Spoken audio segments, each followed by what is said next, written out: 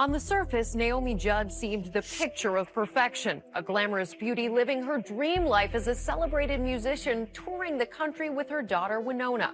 But on the inside, there was pain and the persistent haunting of a difficult past. When Larry Strickland stood before cameras in 2025, his hands trembled as he spoke about a night that nearly destroyed everything. For over 3 decades, the world knew Naomi Judd as country music royalty, one half of the Judds, a woman who turned pain into platinum records.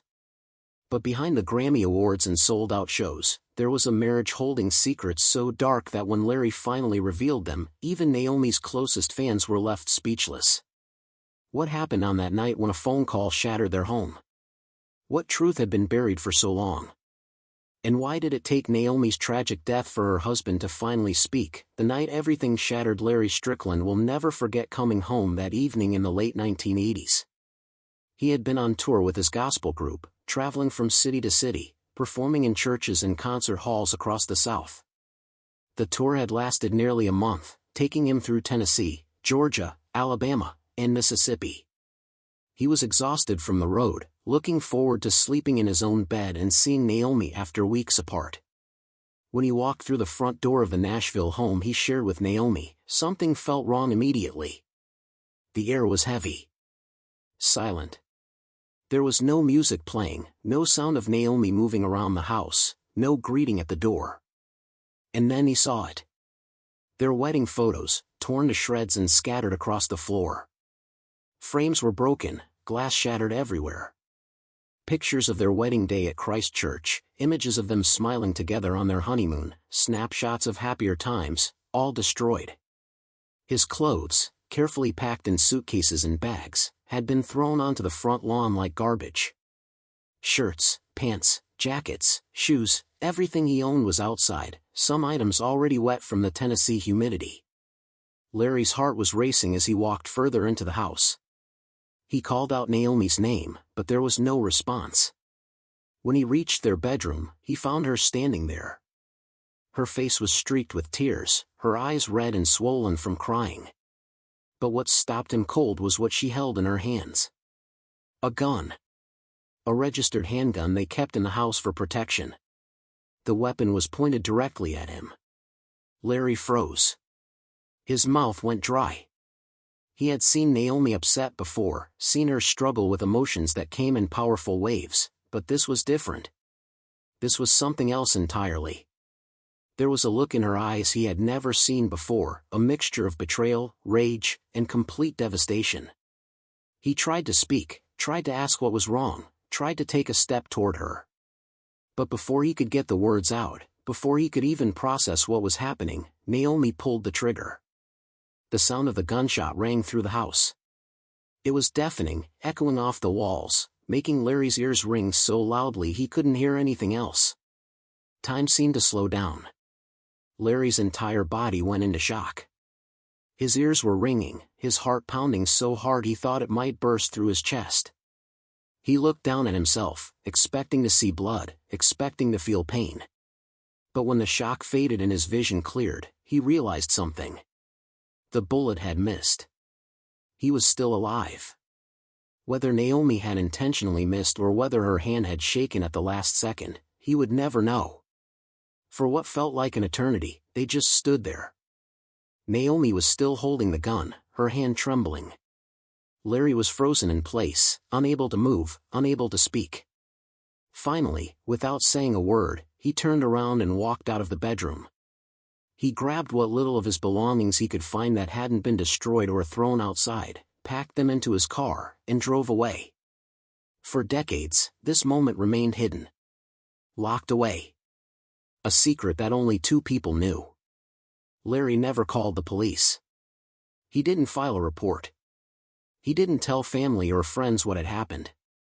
He didn't even tell Naomi's daughters, Winona and Ashley, who were living their own lives at the time.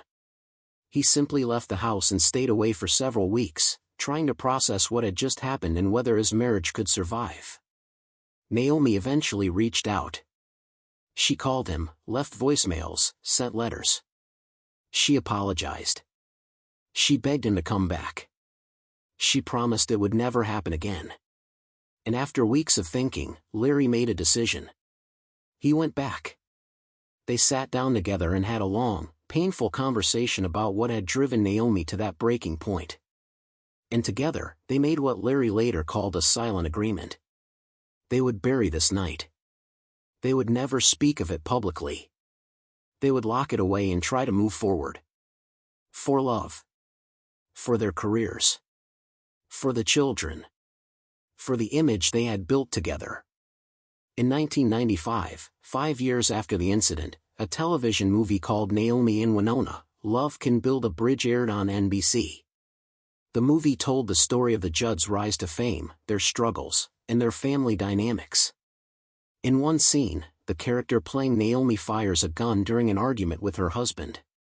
At the time, viewers watched the scene as a dramatized moment, something created for television to add tension to the story. The movie was praised for its emotional depth, but nobody knew that the gun scene was based on reality. Naomi and Larry never confirmed or denied that the scene was real. They just moved on. The Judds were at the height of their fame. Award shows, sold-out concerts, television appearances, their lives were filled with success and public adoration. No one questioned whether the dramatized scene in the TV movie had any truth to it. Fans assumed it was Hollywood exaggeration. Critics thought it was creative license. And Naomi and Larry let them think that. But in 2025, 3 years after Naomi's tragic death, Larry finally broke his silence. In the Lifetime documentary The Judd Family, Truth Be Told, he sat down for an interview and admitted what really happened that night. The cameras were rolling as he spoke carefully, choosing his words with precision. "It really happened," he said quietly, his voice heavy with emotion. "That's all I can say. It happened." The question everyone wanted answered was simple: why? What could drive a woman to point a gun at her husband and pull the trigger? What kind of pain could lead to such a desperate, violent act? The answer would reveal a betrayal that cut deeper than anyone imagined.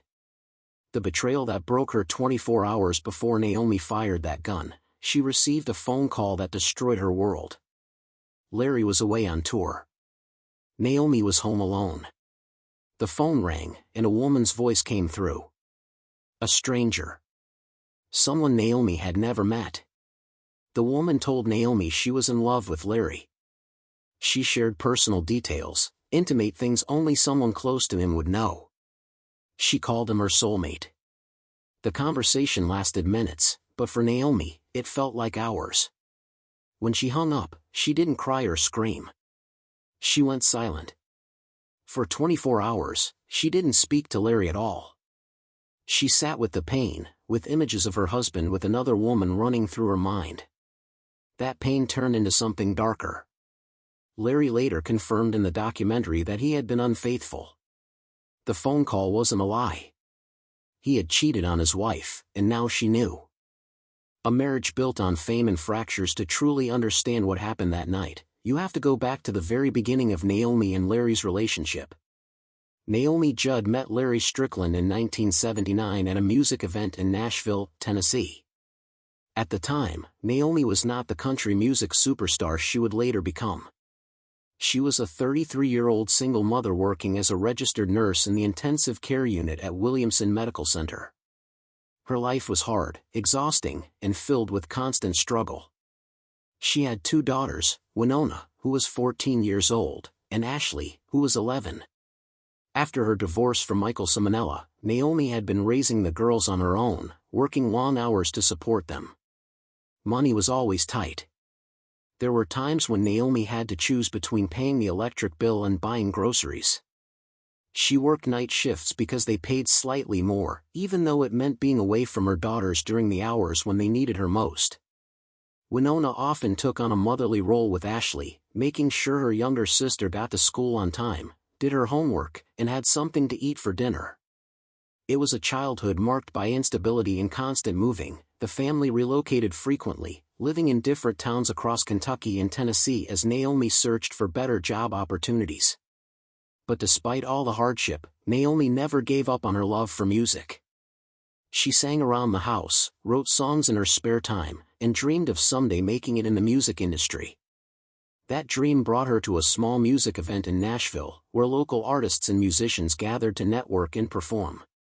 It was there, in that modest venue, that she met Larry Strickland. Larry came from a very different world. He was born and raised in North Carolina and had been involved in gospel music since he was a teenager. By the time he met Naomi, he was already an established gospel singer with J.D. Sumner and the Stamps Quartet, one of the most respected gospel groups in the South. Larry's career had taken him to places most musicians only dreamed of. He had toured with Elvis Presley during the 1970s, singing backup vocals during some of Elvis's most iconic performances in Las Vegas and across the United States. He had performed at the Grand Ole Opry, recorded albums, and built a solid reputation in the gospel music community. When Naomi and Larry met, they were immediately drawn to each other. Naomi was full of energy, passion, and determination. She had a fire in her eyes that came from years of fighting to survive and refusing to give up on her dreams. Larry was the opposite in many ways, quiet, steady, and deeply loyal. He was a man of few words, someone who preferred to let his actions speak louder than his voice. He had a calming presence that balanced out Naomi's intensity. They started dating, and their relationship grew slowly over the course of 10 years. During that decade, Naomi's life changed dramatically. She and Winona began performing together as the Judds, starting with small gigs at local venues and county fairs. Their harmonies were powerful, their stage presence undeniable, and word began to spread about the mother-daughter duo with incredible voices. In 1983, they landed a recording contract with RCA Records. Their first single, Had a Dream, for the Heart, was released and became a modest hit. But it was their subsequent releases that catapulted them to stardom.